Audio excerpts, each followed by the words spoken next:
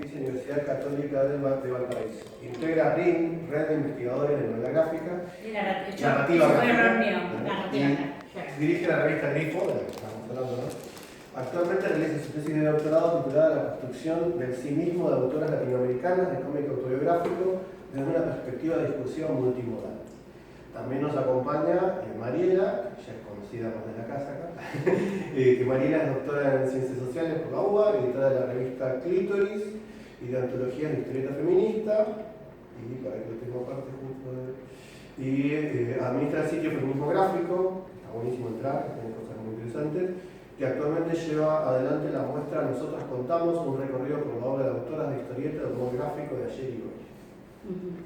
Me estoy volviendo loca con eso. La está haciendo ahora, bueno, ya lo vamos a discutir. Y esta actividad se da dentro de las actividades del CINIC, ¿no? Del Centro de Investigaciones de Género, y del grupo de estudios Rorschach, que funciona entre el CINIC, el Centro de Estudios Comparados y la Cátedra de Literatura Alemana.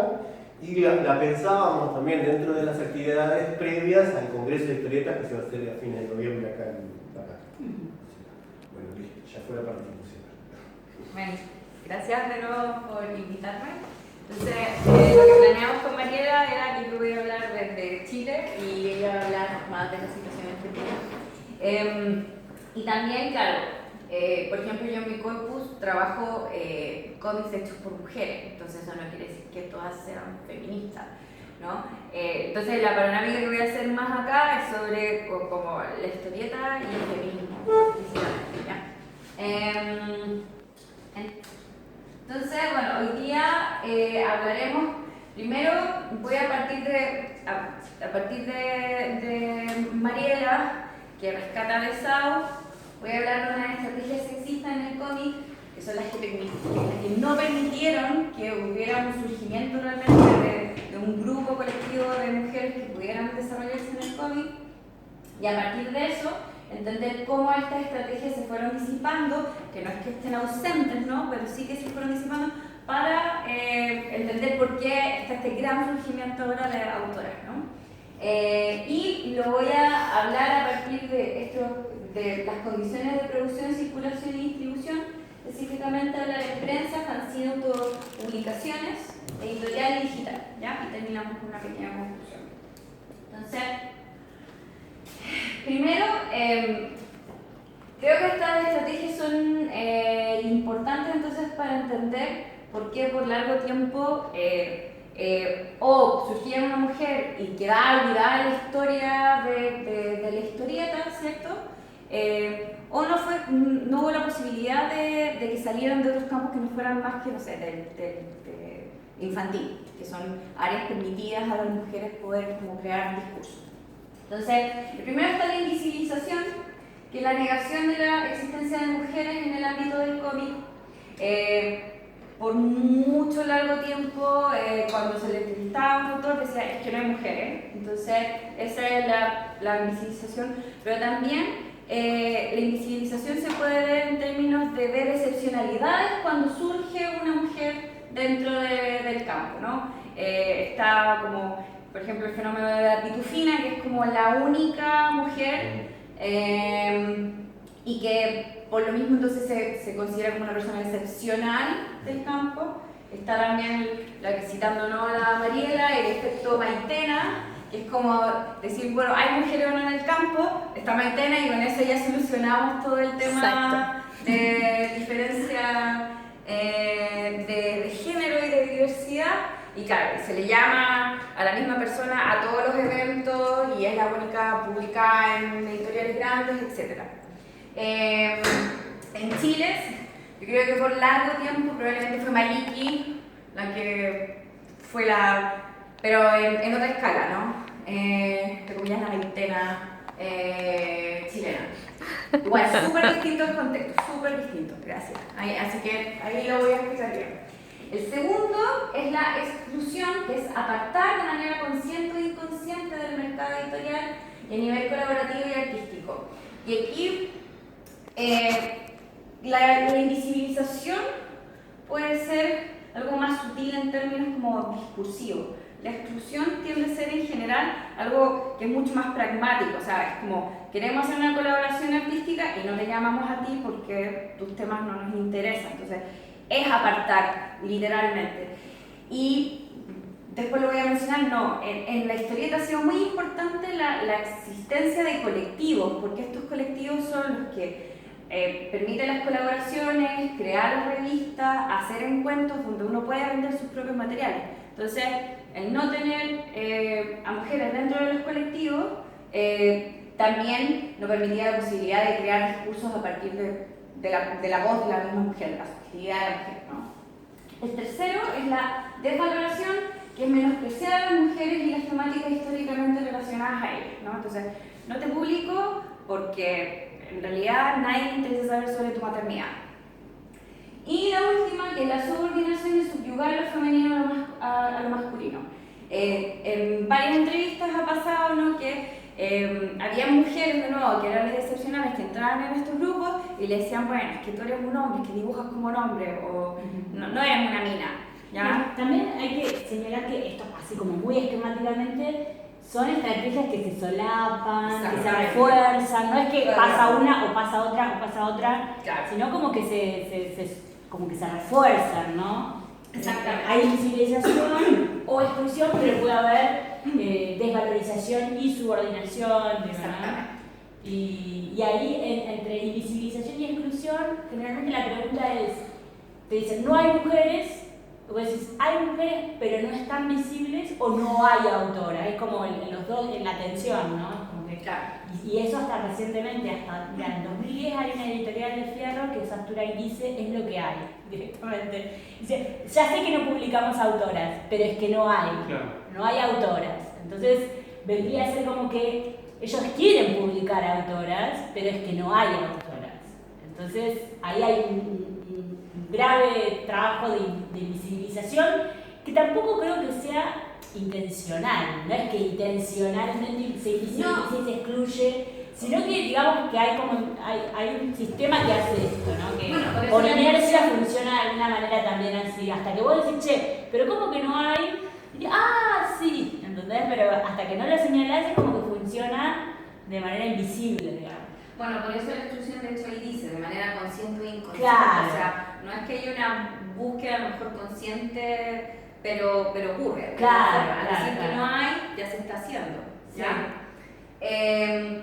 Esto también se puede ver en términos discursivos muchas veces, o sea, esto mismo de decir no hay es una forma de discurso también de negar a un sujeto, o sea, aparte de lo práctico que significa, también es un mecanismo discursivo de invisibilización. Claro. ¿Ya? Ahora, yo ocupo estas 4 estrategias simplemente para explicar por qué entonces estamos diciendo que hay un auge tan grande y que antes no había. Y entonces, para no decir que no había antes, en realidad tratemos de explicar por qué en realidad no se veía. ¿Ya? Y a partir de eso, entonces, ahora les voy a hacer un poco una mirada de las pioneras y en realidad los núcleos feministas que han ido como desarrollando la historia del feminismo en Chile.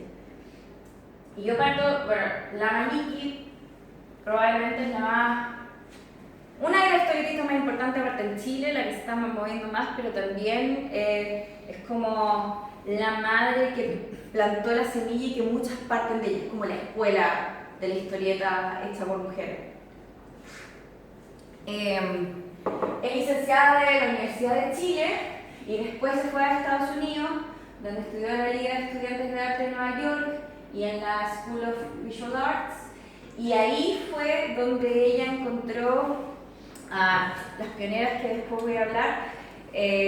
Conoció el cómic feminista y fue de ahí entonces donde ella empezó a encontrar su voz y empezó a hacer sus primeras creaciones de cómic. Ella participó en la revista Trauco, que es como la Fierro argentina, que tuvo mucho menos tiempo, pero ella dibujaba solamente en colaboración con el guionista, entonces ella no se siente como dueña de esos textos. Y fue muy conocida porque en el 89 ella hizo un texto que era sobre la Virgen María y el nacimiento, y era como algo bien loco en que nacían cosas de la vagina y sería la vagina de la Virgen María, y censuraron esa revista para siempre. Entonces quedó como... Para siempre. Para siempre. De hecho, bueno, ahora quiero sacar la Trauco, pero no ha tenido el auge que tenía antes porque estábamos todavía en dictadura, entonces como que ahora ver una mujer desnuda y lo disruptivo que tenía discursivamente ya no impacta como era en los años 80. ¿Ya? Y después ella publicó en el semanario de Clinic del 2002 a 2003, después en 2018 se convirtió en columnista. Y es historietista, pintora y docente. Su trabajo docente ha sido sumamente importante. Ella tiene un taller precioso en el centro de Santiago y de ahí ella trajo muchos libros de Estados Unidos. Y en estos talleres, la mayoría de los que vamos a ver acá, no la mayoría, todas las que vamos a ver acá, han tenido clases con ella. Entonces, de ahí también va la importancia como de cómo plantar estas semillitas feministas. Como les decía, las influencias de Maliki vienen desde el feminismo anglosajón. Una de las más importantes es la Lynn Kominsky, que es la creadora de la revista Twister Sisters y la autora de Need More Love. Ella es la creadora del cómic que se llama con el self-loathing, o sea, como el autodesprecio de sí misma. Que por una parte estaban las women comics y Tits and Clits, donde tenían una perspectiva feminista, pero era para valorar la imagen de la mujer, y lo que quiso hacer Lynn Kominsky fue: yo voy a hablar con sinceridad, no todas las mujeres somos perfectas, y a partir de eso empieza a indagar las cosas más oscuras y no trata para nada mostrarse bien en su historia. Y a partir de eso se crea toda una historia que, o sea, tanto Julie Doucet como la Phoebe Kleiner sobre todo, están súper influenciadas por la Lynn Kominsky. Después, Julie Doucet, ¿cierto?, de Canadá, en los años 90, es una gran impulsora de un cómic mucho más punky, donde trata lo abyecto, trata lo mórbido. Ahí, por ejemplo, en esa fotografía, ¿no?, está cuando me llega la menstruación, entonces como que se convierte en este monstruo y trabaja mucho como con lo escatológico. Y Phoebe Kleiner, que trabaja casi siempre historias de infancia y adolescencia y trauma y abuso sexual.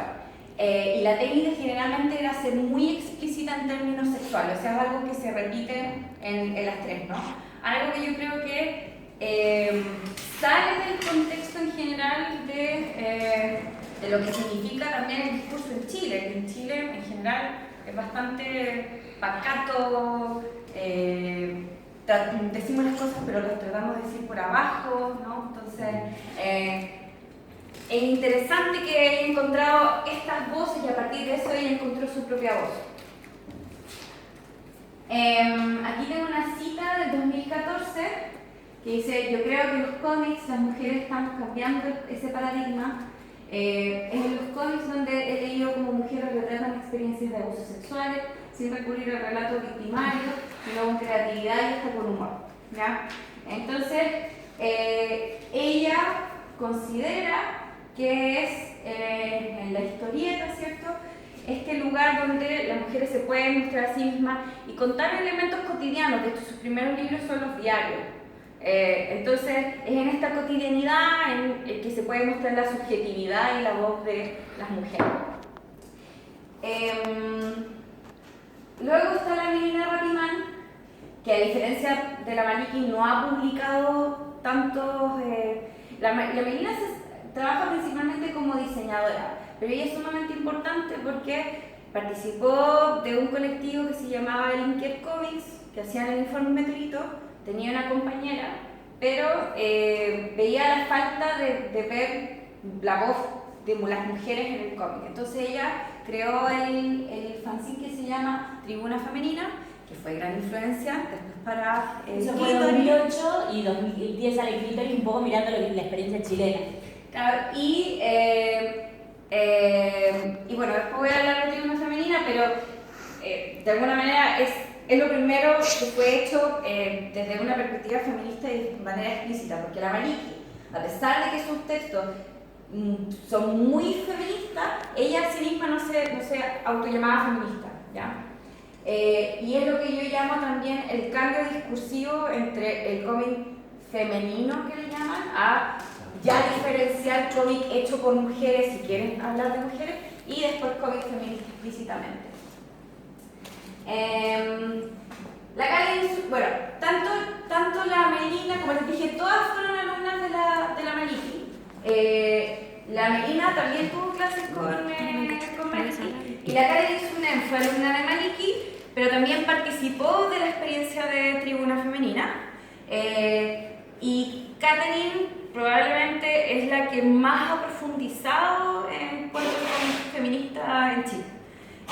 Ha tenido una evolución también. Ella partía de esta idea del cómic femenino y que buscaba mostrar experiencias del cuerpo de la mujer, temáticas como la masturbación, el aborto, que están en línea si les interesan esos fanzines.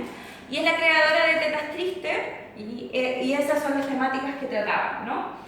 Y después hay un cambio en el grupo que trabajaba con Catherine por cambios de ideológicos, y ahora el grupo que sigue manteniéndose con Desobediencia Visual, entre otras, ya no hablan más de cómics femeninos, sino que lo tratan a partir de la disidencia, ¿no?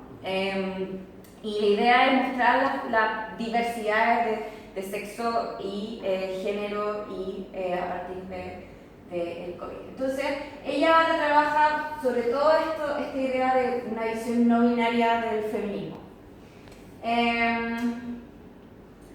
Y Sol Díaz también fue alumna de la Maliki. Ella también es de este grupo de que no se llamaba a sí misma feminista, pero los aportes en términos de imagen a la mujer son esenciales y también de reflexión, ¿no? Creó las bicharracas, que son negra, peluda y fea. Entonces es una tira cómica de estas mujeres que salen totalmente de como lo que debe ser mujer, ¿no? Como ser una mujer elegante también trabaja eso. La Zorra y el Sapo es una exploración sobre lo erótico. Todo esto lo trabaja generalmente como más en tira cómica, ¿no? Y después tiene una novela gráfica muy bonita, su primera novela gráfica, que se llama La Hoja Naranja, que es como una Alicia en el País de las Maravillas, pero con enfrentándose a distintas visiones de distintas visiones de mujeres. Entonces está las mujeres que la obligan, por ejemplo, a ser mujer perfecta con maquillaje. Están las mujeres salvajes, y así trabaja con distintos arquetipos. Ella le gusta trabajar mucho con arquetipos. Esas son como las pioneras que han ayudado a diversificar como las temáticas como a partir de cómics hechos por mujeres. Ahora voy a hablar entonces un poco de la experiencia de publicación, de cómo empiezan a surgir, y vamos a empezar por la prensa, ¿no? Porque lo hablamos con Mariela, no sé, me pueden ahí ayudar más ustedes. Argentina tiene mucho desarrollo para mí de historieta que en Chile, entonces hay autores nacionales que publican en prensa, ¿no? Sí. En cambio en Chile generalmente lo que sale en prensa son historietas de afuera que se publican, o sea, Condorito era chileno, ¿no? Pero lo compró Televisa después, entonces se industrializó y ya, claro, Pepo queda como una marca, ¿no? Y claro, lo que uno ve es como Calvin y Hobbes y clásico, ¿no? Tenés un traductor acá de Calvin y Hobbes muy importante. Bueno, a lo que me refiero lo que pasa es que acá Clarín hizo eso, acá salían muchas tiras de Estados Unidos, pues las traían los Syndicate, pero en un momento Clarín decidió reemplazar todas las tiras gráficas que venían de afuera con tiras locales, y es ya tradición que los diarios publiquen tira gráfica argentina. Lo que es cierto es que la otra vez estábamos hablando, es que hay países donde no tienen la misma tradición que Argentina en términos de tira gráfica. O sea, vos vas a otros países y hacen esto, publican tiras gráficas de otros lados, de Estados Unidos básicamente. Y entonces pasa que, por ejemplo, Mafalda en España se pensaba que era de España. O sea, yo hablaba con gente que creía que Mafalda era española. Y de hecho nosotros mismos no sabemos, como argentinos, que es una escuela argentina de tira gráfica y de historieta. Los diarios de tirada nacional hacen eso de publicar, ¿no? Tiras hechas por autores argentinos. Y los diarios del interior, digamos, diarios provinciales, en algunos casos reproducen cosas de afuera o reproducen las tiras viejas de los diarios de tirada nacional, que en general son de capital. Sí. Y algunos, eso es algo como muy interesante para ver, tienen tiras provinciales. Que eso está muy poco. Y hubo una experiencia, pensado. sí, y sobre todo Córdoba, por ahí, pero No, las yo pienso en ediciones, Chubut, por ejemplo, sí. que Chubut reproduce, los diarios que yo me acuerdo, los diarios chubutenses provinciales, reproducen las mismas tiras de Buenos Aires o tiras europeas, que no deben ni pagar ningún diario, pero cada tanto aparece alguna cosa que, no es que aparece mucho, pero de algún autor provincial. Sí. Es muy raro, pero es como que aparece. Pero hubo una experiencia muy interesante que fue lo que hizo Telam cuando hizo Historietas Nacionales, que sacaba un suplemento que era para que las provincias pudieran tener esta hoja de historieta y duró poco tiempo, duró 2 años. Y se canceló porque cambió la gestión y ahí se canceló el proyecto. Pero era muy interesante porque proponía una historieta y una tira gráfica que pudieran reproducir los medios provinciales. Igual seguía siendo centralista porque se hacía acá, en Buenos Aires. En Buenos Aires, ¿no? Lo coordinaba Lautaro Ortiz, era la misma gente de Sí, Fierro. era la gente de Fierro. Claro. Bueno, en Chile, o sea, no es que no ha ido jamás, sí hay, o sea, pero por ejemplo ha sido la revista semanal de Weekend, por ejemplo, que era el Guatón Salinas, el Rodrigo Salinas, él publicaba un montón de tiempo eso. También generalmente, por ejemplo, en suplementos aparecían algunos, Pedro Beirano, que es un genio, él también empezó a publicar Chanchucero en este suplemento, ¿no? Pero y en cuanto específicamente, que lo podemos sacar como del cómic, ¿no? La viñeta como de caricatura de humor, también podía ser alguien que fuera de nacional. Pero la práctica en general de los medios masivos no es ocupar autores chilenos.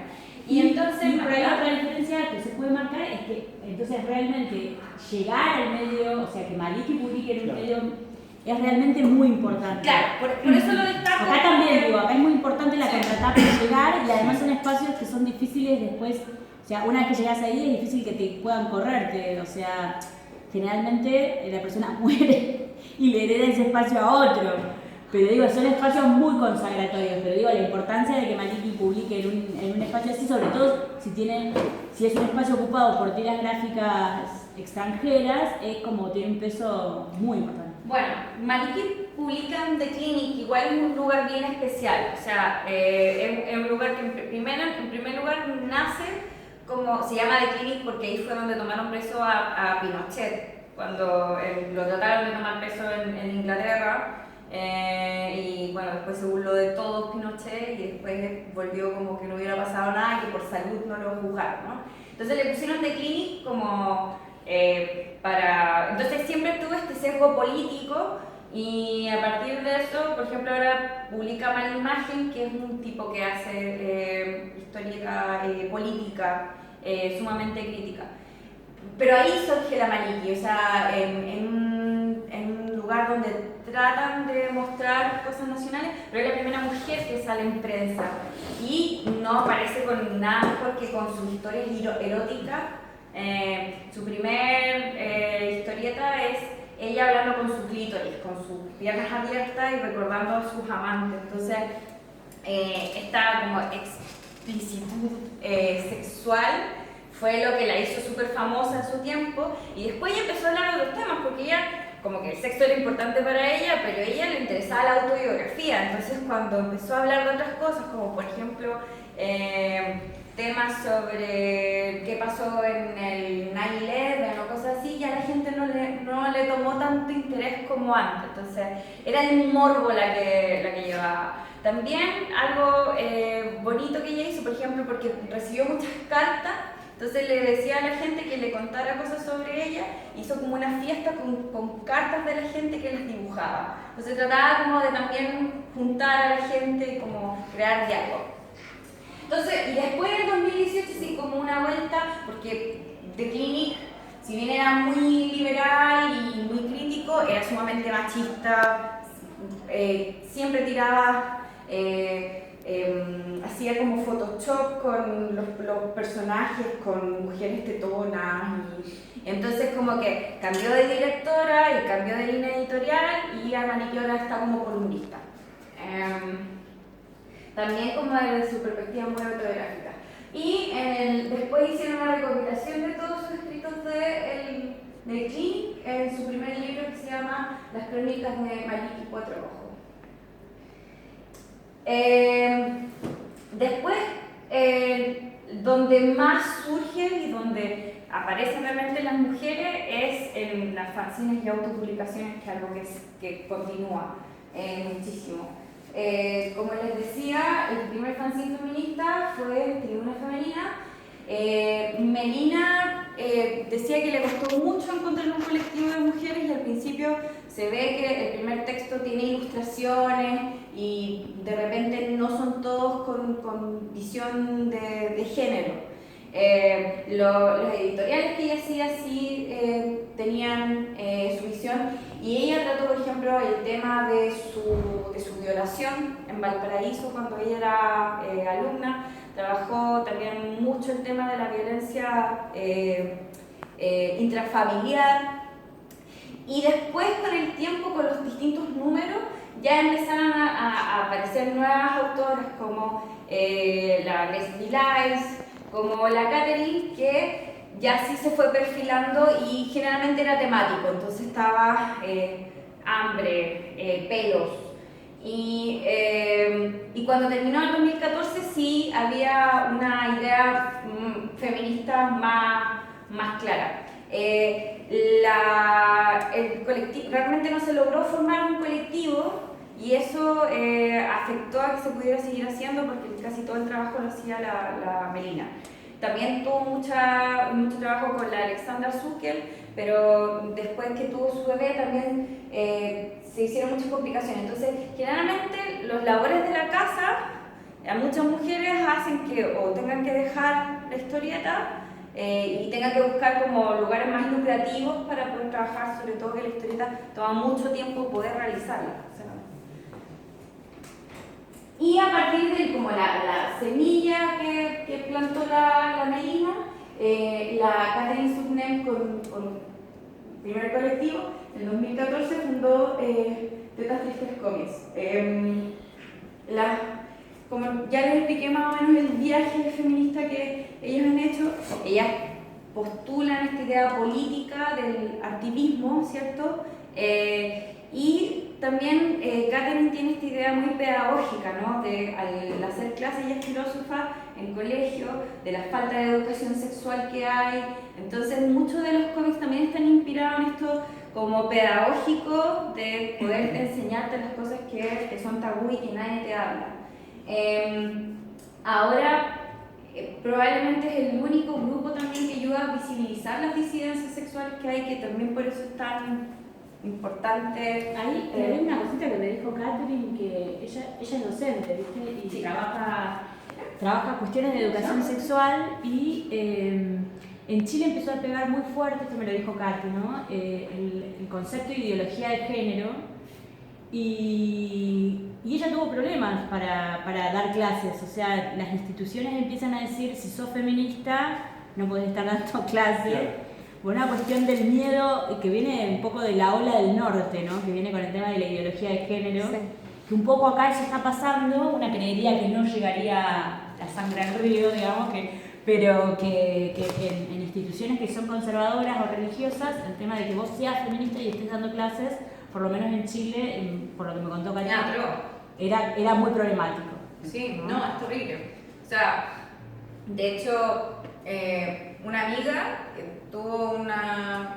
súper me voy, pero en un colegio Kudai, le dijeron, y hay clases para si tienes a alguien homosexual, no es homosexual, entonces te vamos a enseñar cómo decirle que no lo es. O sea, todavía existen estas cosas que uno cree que son súper decimonónicas, pero las hay. Y claro, Catherine contaba de que ella se acercaban a alumnos, le preguntaban sobre sexualidad, etc. Y ella entonces empezaba a enseñar y la censuraban, le decían cómo hacía eso. Entonces, por eso, este tiene una labor mucho más pedagógica de lo que tenía antes el Tribuna, que el Tribuna era en general crear espacio, pero con un sesgo feminista. Y un feminismo también como más latinoamericano. Acá hay como más una búsqueda realmente de reflexionar sobre el género. Y por último, Brígida, que fue creado por la Sol Díaz y por la Maliki, y también con Isabel Molina y Patti Aguilera, que ellas eran vendedoras de la Galería Plop, que fue por mucho tiempo, que ya no existe, pero un espacio de venta de cómics. Y Isabel también tiene la editorial Grafito, entonces con una idea mucho más comercial, crearon esta revista que no es feminista, tiene algunos textos feministas, pero tiene mucho más el objetivo de visibilizar. Con esto mismo de que mucho tiempo se dijo no hay mujeres, ahora llegan más de 100 autoras publicadas. Entonces ese es el foco. Y las tres realizadoras también escriben ahí, y Maliki generalmente es la que más trata el tema como de feminismo, por ejemplo en el 2, y entrevista a una alumna que tuvo un encuentro de violencia con su pareja la golpeó y la dejó destrozada, y eran compañeros de universidad. La universidad al chico lo suspendieron por un semestre y después a la vuelta estaba y no la defendieron a la chica. Y lo dejaron que siguiera estudiando ahí, que eran compañeros incluso de aula. Y eso fue contado en cómic. Entonces ella lo cuenta en la entrevista en cómic, ¿ya? En editoriales, que es lo que trabajo más yo, el 2010 es la publicación de las primeras dos mujeres en editoriales, que es Maliki y Sol Díaz. La Sol Díaz con cómo ser una mujer elegante. A partir de eso, entonces en 2012 se llama que es el boom editorial, donde todas las editoriales empiezan a publicar, pero generalmente las mujeres seguían siendo más en editoriales independientes, o sea, editoriales de poco tiraje. También tienen que pensar que en términos de lectura en Chile los libros son mucho más caros porque nosotros tenemos el IVA del 19%, y además de eso hay menos compra de libros, o sea, la gente no consume tanto, ¿ya?